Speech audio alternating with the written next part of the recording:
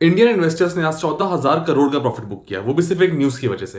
And that's how geopolitics impact your pocket. Feb में जब US और इजराइल ने ईरान पर अटैक किया तो ईरान ने रिटेलिएशन में स्ट्रेट ऑफ हॉर्मूज बंद कर दिया। अब ये स्ट्रेट ऑफ हॉर्मूज एक पतला रास्ता है जहां से दुनिया के 20% ऑयल शिपमेंट्स पास होते हैं, और ईरान ने वही बंद कर दिया। And as a result crude oil का प्राइस $115 पर बैरल के ऊपर पहुंच गया। पेट्रोल, फ्लाइट सब महंगा हो गया। इंडिया भी अपना 85% ऑयल बाहर से इंपोर्ट करता है। मार्केट्स अफेक्ट होने लग गए और इन्वेस्टर्स डरने लगे।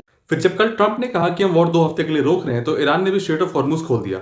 बस इसी वजह से जो क्रूड ऑयल $115 पर बैरल पे था वो $94 पे आ गया, यानी 13% का डिप। और आज सुबह जब इंडियन मार्केट खुला तो सेंसेक्स 3,000 पॉइंट्स बढ़ गया और निफ्टी 24,000 के पार चला गया। और आज ही आरबीआई ने भी एक गुड न्यूज दिया, कहा कि हम इंटरेस्ट रेट नहीं बढ़ाएंगे। लेकिन इससे होगा क्या? जब वॉर की वजह से ऑयल महंगा हुआ तो पूरा मार्केट डर रहा था कि आरबीआई भी अपने रेट्स बढ़ा देगा। अब अगर ये रेट बढ़ गया तो लोन्स महंगे हो जाएंगे, ईएमआईज बढ़ जाएंगी, कंपनीज के खर्चे बढ़ जाएंगे, प्रॉफिट्स कम होंगे और मार्केट गिर सकता है। लेकिन आरबीआई ने कहा नहीं, रेट 5.25% पे ही रहेगा। आपके car loan, home loan, business loan सब सेफ है। और यही डबल रिलीफ इफेक्ट है। पहले ऑयल गिर गया, फिर आरबीआई ने रेट्स नहीं बढ़ाए, और जब दोनों चीजें साथ में हुई तो मार्केट के लिए जैकपॉट बन गया। अब इससे इंडिया को डायरेक्टली क्या फायदा होगा? इंडिगो के शेयर 10% बढ़ गए क्योंकि एविएशन फ्यूल तो डायरेक्टली सस्ता हो गया। अब जब क्रूड ऑयल सस्ता होगा तो पेट्रोल डीजल भी सस्ते हो जाएंगे, सारे गुड्स का ट्रांसपोर्टेशन सस्ता हो जाएगा और रुपी अगेंस्ट डॉलर भी स्ट्रॉन्ग हो जाएगा। And that's exactly how geopolitics impacts the common man's pocket. अब वैसे तो ये सीज फायर सिर्फ 2 हफ्ते की, और अगर ये डील टूट गई तो ऑयल के प्राइस वापस बढ़ जाएंगे और मार्केट गिर सकता है। लेकिन ऐसा होना मुश्किल है क्योंकि यूएस ने ये वॉर यूं ही नहीं रोकी है। If you want to understand कि यूएस ने एग्जैक्टली ये वॉर क्यों रोक दिया है तो कमेंट कर दो, and I will make a new video on it and explain that.